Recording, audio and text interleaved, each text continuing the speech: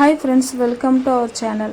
நம்ம சேனலில் இப்போ என்ன பார்க்க போகிறோன்னா 38 ஒரு சைஸ் உள்ள அளவு ப்ளவுஸை நம்ம எப்படி கட்டிங் போடலாங்கிறதான் பார்க்க போகிறோம். வாங்க இப்போ நம்ம வீடியோக்குள்ளே போகலாம்.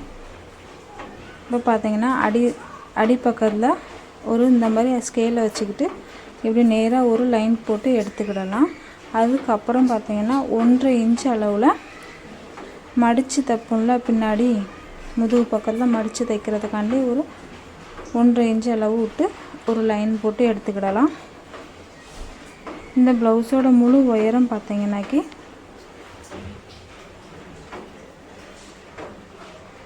இல்லை, எனக்கு சோக்கு சரியாக ஏதாவது இந்த சாக் பீஸ் எனக்கு சரியாக தெரிய மாட்டேங்க. அதனால நான் வேறு சாக் பீஸ் தேடிக்கிட்டு இருக்கேன். போடுங்க. இப்போ பார்த்தீங்கன்னா 13.5 இன்ச்சு உயரம் இருக்குது. நம்ம கூடுதலாக 14 எடுத்துக்கிடுவோம். 1 இன்ச் கூடுதலாக எடுத்துக்கிடுவோம். ஏன்னா கீழே மடித்து தைக்கிறது கொஞ்சம் போகும். அதனால் மேலே ஷோல்டருக்கு 1/2 இன்ச் போகிறதுனால மேலே ஷோல்டர் பார்த்தீங்கன்னா 5.5 இன்ச்சு வச்சுருக்கேன்.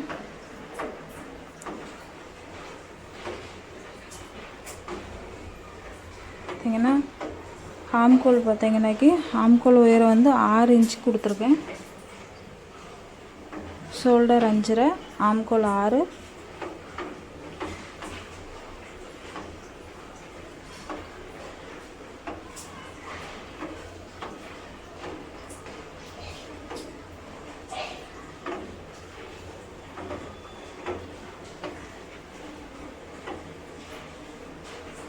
இப்போ பார்த்தீங்கன்னா 38 சைஸ் ப்ளவுஸ்க்கு 4 போட்டு பார்த்தோம்னாக்கி அதில் ஒரு பகுதி 9.5, 1.5 இன்ச்சு ஃபிட்டிங்க்கான அளவு, 2 இன்ச்சு இதில் நம்ம ஷோல்டர் கட்டிங் அளவு கொடுக்க போகிறோம். பின் முதுகு பார்த்தீங்கன்னாக்கி பின் முதுகு 4 இன்ச்சுக்கு இருக்கும். 6 இன்ச்சு 4.5 இன்ச்சுக்கு 5.5 இன்ச்சு இருக்குது. நான் 1/2 இன்ச்சு கூடுதலாக 6 இன்ச்சுக்கு எடுத்திருக்கேன். முதுகு பார்த்திங்கன்னா 3 இன்ச்சுக்கு எடுத்திருக்கேன்.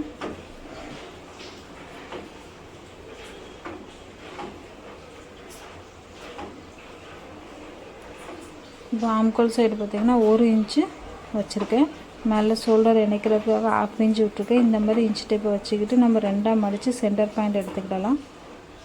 இப்போ இந்த சென்டர் பாயிண்ட் அந்த நடுவில் எடுத்துருக்கிறது இது ஆம்கோல் ஃபிட்டிங். இது எல்லாமே இந்த 3மே ஒன்றா சேர்ந்த மாதிரி கவு ஸ்கேலை வச்சு நம்ம ஒரு வளைவு கொடுத்து எடுத்துக்கிடுவோம்.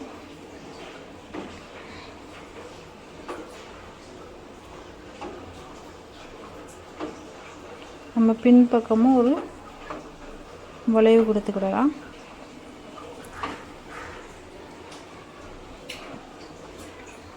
இப்போ பார்த்திங்கன்னா எனக்கு செஸ்ட் ரவுண்டு 9.5 இன்ச்சு வந்திருக்கு.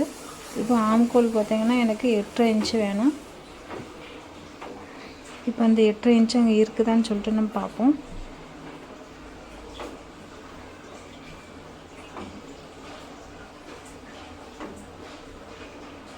இப்போ மார்க் பண்ணியிருக்கல எனக்கு அந்த இடத்துல இருக்குது. இப்போ 9.5 இன்ச்சு எனக்கு கரெக்டாக அந்த இடத்துல வந்திருக்கு.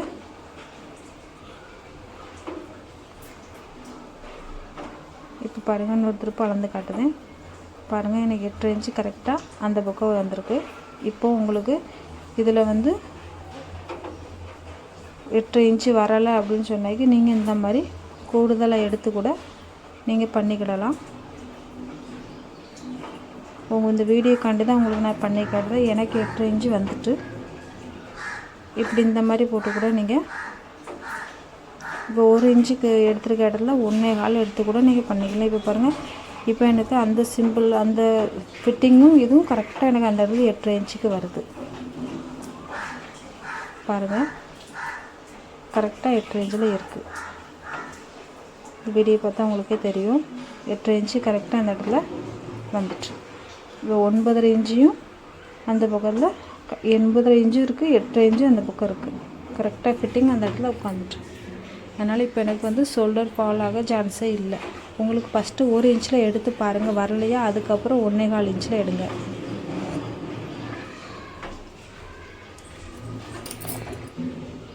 இப்போ இது பெர்ஃபெக்டாக இருக்குது. இப்போ எதுலேயும் அப்படி இருந்து உங்களுக்கு ஷோல்டர் ஃபால் ஆகுது அப்படின்னு சொல்லி நீங்கள் நினச்சிங்கன்னா இதிலேருந்து 1/4 இன்ச் இந்த மாதிரி கிராஸ் பண்ணி டச் கொடுத்தீங்க அப்படின்னு சொன்னாக்கி ஷோல்டர் ஃபால் கண்டிப்பாக வராது. எப்போதுமே ஷோல்டர் ஃபால் ஆகவே செய்யாது. எந்த ஒரு ப்ளவுஸ் நீங்கள் கட் பண்ணாலுமே இப்படி 1/4 இன்ச்சு வந்து கிராஸ் பண்ணி கொடுத்து ஸ்டிச் பண்ணி பாருங்கள், உங்களுக்கு ஷோல்டர் ஃபால் ஆகவே ஆகாது. இப்போ நம்ம வந்து இதை சிசர் கட் பண்ணி எடுத்துக்கலாம்.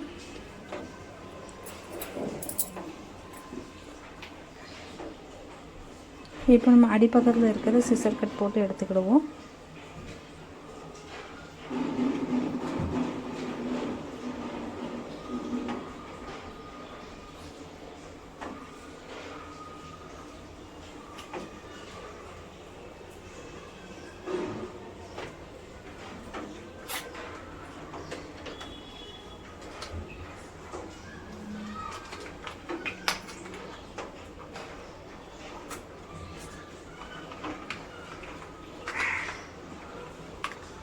இப்போ நான் வந்து வீடியோ கண்டு துணியை வந்து நவுட்டி விட்டு எடுக்கிறேன்.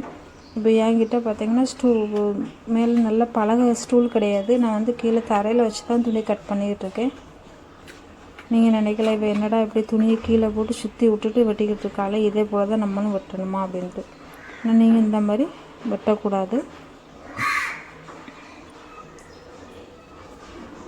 நீங்கள் பிகினர்ஸாக இருந்தீங்கன்னா துணியை இந்த மாதிரி சுற்றி விட்டு வெட்டாதீங்க. ஏன்னா துணி வந்து அங்கேயும் நமக்கு சோக் மார்க் கீச்சிருக்கிறது அங்கேயும் அலைஞ்சிட்டு அப்படின்னு சொன்னாக்கி நம்மளுக்கு வந்து அந்த கட்டிங் மெத்தடே மாறிடும். அதனால் இப்படி இந்த மாதிரி துணி சுற்றி விட்டு வெட்டாதீங்க. ஏன்னா நான் கீழே உட்காந்து தரையில் தான் போட்டு கட் பண்ணிக்கிட்டு இருக்கேன். அதனால் நான் சுற்றி விட்டுட்ருக்கேன். நீங்கள் வந்து மேலே பலகையில் வச்சு வெட்டுதீங்கன்னா நல்லா கையை வச்சு வெட்டி வரலாம். வீடியோ எடுத்துகிட்ருக்கனால என்னால் ஒரே பக்கத்தில் உட்காந்து வெட்ட முடியுது. ஹாய் ஃப்ரெண்ட், இப்போ நம்ம என்ன பார்க்க போகிறோம்னாக்கி இப்போ ஸ்லீவ் கட்டிங்கை தான் நம்ம பார்க்க போகிறோம். இப்போ ஸ்லீவ் கட்டிங்கில் இப்போ பார்த்திங்கன்னா கீழ்ப்பகுதி இருக்குல்ல, அதை வந்து நம்ம மடித்து தைக்க போகிறோம். இதில் வந்து பார்டர் வரதுனால இப்போ இது வந்து லைனிங் ப்ளவுஸ் கிடையாது, மெயின் ப்ளவுஸில் தான் நான் கட் பண்ணிக்கிட்டுருக்கேன். பார்டர் வருது. நம்மளுக்கு கை பார்த்திங்கன்னா 8 இன்ச்சு நீளத்தில் வேணும் கை. 1/2 இன்ச்சு நம்ம ஷோல்டர் இணைப்பதற்காக 8 நம்ம வந்து மார்க் பண்ணிக்கிடலாம். அதில் பார்த்திங்கன்னா 8 நான் மார்க் பண்ணியிருக்கேன். கீழே வந்து இந்த பார்டருக்கு கீழே உள்ள துணியை நம்ம உள்ளே மடித்து அடிச்சுக்கலாம். இப்போ பார்டர் ப்ளவுஸ் தான், இதை மடிக்காமல் விட்டாலும் இருக்கும், மடித்து அடிச்சதுனாலும் அடிச்சுக்கலாம். அவங்கவுங்கள ஸ்டிச்சிங்கை பொறுத்தது. இப்போ ஸ்லீவ் ரவுண்டு பார்த்திங்கன்னா நமக்கு 5 இன்ச்சு 2 பாயிண்ட் வருது. Sleeve round 1.5 inch ஃபிட்டிங்க்காக.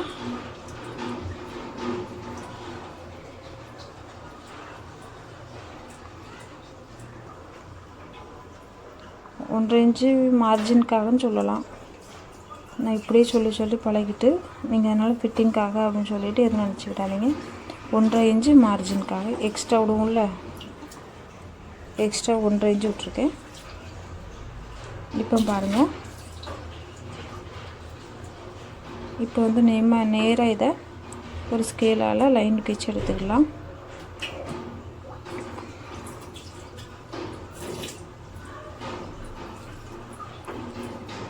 இப்போ பார்த்திங்கன்னா மேலேருந்து 1.5 இன்ச்சு எடுத்துருக்கணும், லைன் போட்டுக்கிடுவோம். இப்போ 1.5 இன்ச்சில் ஒரு மார்க் பண்ணிக்கிட்டு இப்போ அந்த முக்கில் அந்த பக்கம் 1.5 இன்ச்சு மார்க் பண்ணியிருக்கோம்ல, ஆரம்பித்ததுலேருந்து இங்கே வரைக்கும் 8 இன்ச்சு எங்கே வருதோ அந்த இடத்துல நம்ம ஒரு மார்க் பண்ணிக்கலாம்.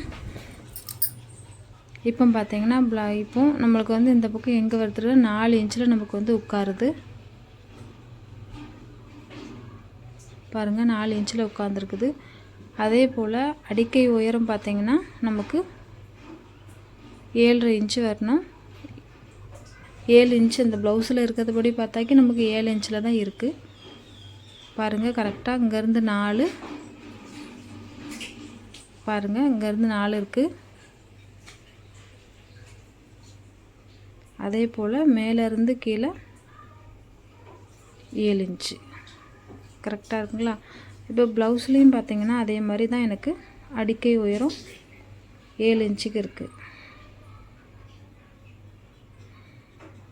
பாருங்கள், உங்களுக்கு அதுக்காண்டி ப்ளவுஸ்லேயே ஒரு திருப்பு செக் பண்ணி காட்டுறேன்.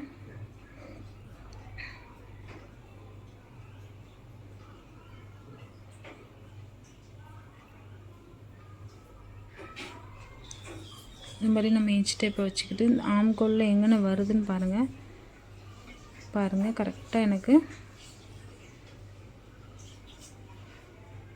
பாருங்கள் ஃபிட்டிங் எங்கே இருக்குதுன்னு பார்த்தீங்கன்னா 7 இன்ச்சில் கரெக்டாக இருக்குது எனக்கு.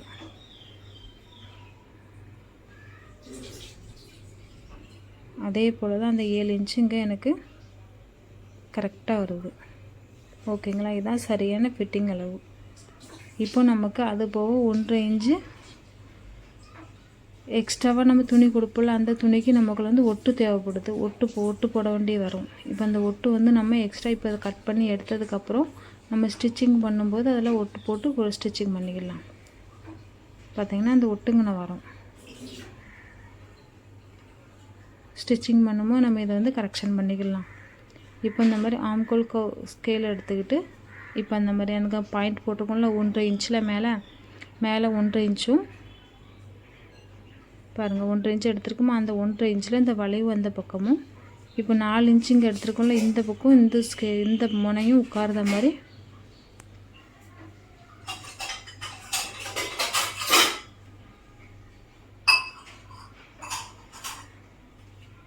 அந்த அப்படியே ஸ்கேலை வச்சு நம்ம ட்ராயிங் பண்ணலாம்.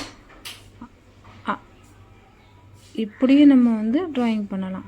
ஆனால் நான் எப்போதுமே ட்ராயிங் பண்ணுறது அந்த சைடு தான். இப்போ வீடியோக்காண்டி உங்களுக்கு நான் சொல்லி காட்டுறேன். இப்படியும் நம்ம ட்ராயிங் பண்ணலாம், இப்படியும் பண்ணிக்கலாம். இல்லை நீங்கள் இந்த டெப்த் ஸ்கேலில் நீங்கள் இப்படி வச்சும் ட்ராயிங் பண்ணிக்கலாம். நான் எப்போதுமே பண்ணுறது பார்த்திங்கன்னா இப்படி தான். எனக்கு இது பார்த்திங்கன்னா ஃபிட்டிங் ரொம்ப சூப்பராக இருக்குது. அதனால் உங்களுக்கு எந்த மெத்தடில் பிடிச்சிருக்கோ நீங்கள் அந்த மெத்தட்லேயே பண்ணிக்கோங்க. இப்போ பார்த்திங்கன்னா 1.5 இன்ச்சிலேருந்து லைட்டாக அந்த பக்கம் லைட்டாக ஒரு கர்வ் கொடுத்துக்கலாம். கொடுத்ததுக்கப்புறம் நேராக இந்த மாதிரி இழுத்து கொண்டு விட்டுருங்க. நம்ம ஸ்டிச்சிங் பண்ணும்போது இந்த பக்கத்துக்கு ஒட்டு கொடுத்து ஸ்டிச் பண்ணி எடுத்துக்கலாம். கரெக்டாக வந்துடும் நமக்கு ஃபிட்டிங் பண்ணுறதுக்கு. அந்த ஒட்டு நம்மளுக்கு வெளியில் தெரியுமா அப்படின்னு சொல்லி கேட்டிங்கன்னா ஒட்டு தெரியாது. ஏன்னா நமக்கு 8 இன்ச்சு இந்த இடத்துல முடிஞ்சிருது இங்கேயே. அதுக்கப்புறம் எக்ஸ்ட்ரா இருக்கிறது தான் நம்ம ஒட்டு போட போகிறோம். இப்போ பார்த்திங்கன்னா எனக்கு 8 இன்ச்சு இதில் வருதான்னு சொல்லி பார்த்திங்கன்னா கரெக்டாக 8 இன்ச்சு இந்த பக்கம் வருது. பாருங்கள், 1/4 இன்ச் தான் டிஃப்ரெண்ட் இருக்குது. இந்த 1/4 இன்ச்சை பற்றி ஒன்றும் பிரச்சனை இல்லை. ஏன்னா நமக்கு 1/2 இன்ச்சு நம்ம ஷோல்டர் இணைக்கிறதுக்காக சேர்த்துருக்கோம். இப்போது ஃப்ரண்ட் பார்ட்டை நம்ம பார்க்க போகிறோம். இப்போ பேக் ஸ்லீவ் நம்ம ட்ராயிங் பண்ணியாச்சு. இப்போ ஃப்ரண்ட்டுக்கான ஸ்லீவ் ட்ராயிங் பண்ணணும்ல, அதுக்கு ஸ்கேலை கொஞ்சம் 1.5 இன்ச்சிலேருந்து கொஞ்சம் மேலே தள்ளி ஸ்கேலை வச்சுக்கிட்டு இந்த மாதிரி ஒரு மார்க் பண்ணி எடுத்துக்கலாம். இப்போ பார்த்திங்கன்னா இது ஃப்ரண்ட்டு. ஃபஸ்ட்டு நம்ம ஃப்ரண்ட்டை வெட்டக்கூடாது, பேக்கை தான் வெட்ட எடுக்கணும்.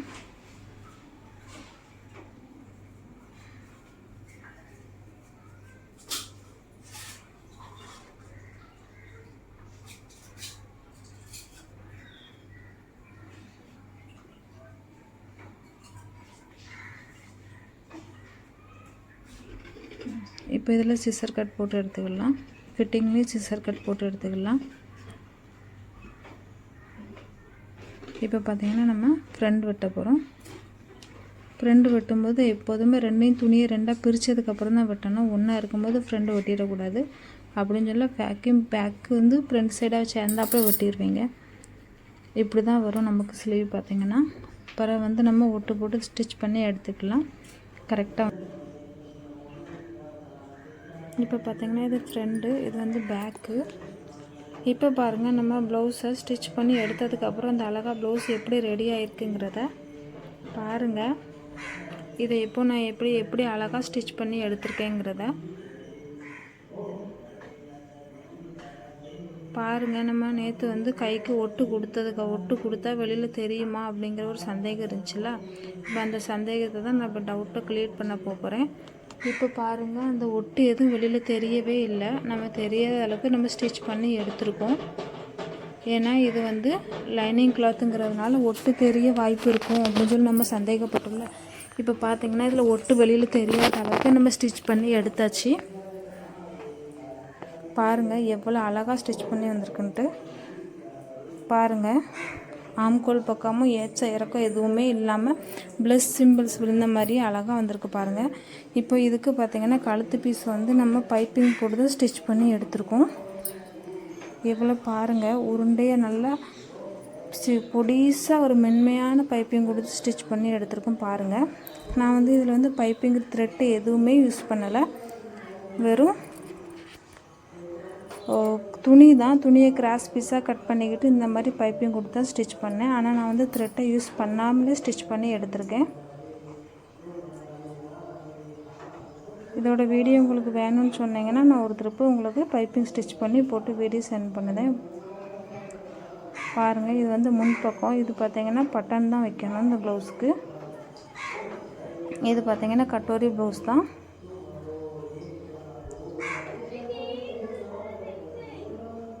பாருங்கள் இந்த ப்ளவுஸு நமக்கு ரெடி ஆகிட்டு எவ்வளோ அழகாக ஸ்டிச் பண்ணி எடுத்திருக்கேன்னு சொல்லிட்டு பாருங்கள். பட்டி பீஸுக்கு மட்டும் மின்பக்கம் பட்டிக்கு மட்டும் ஜாயிண்ட் பண்ணுற மாதிரி ஆகிட்டு எனக்கு.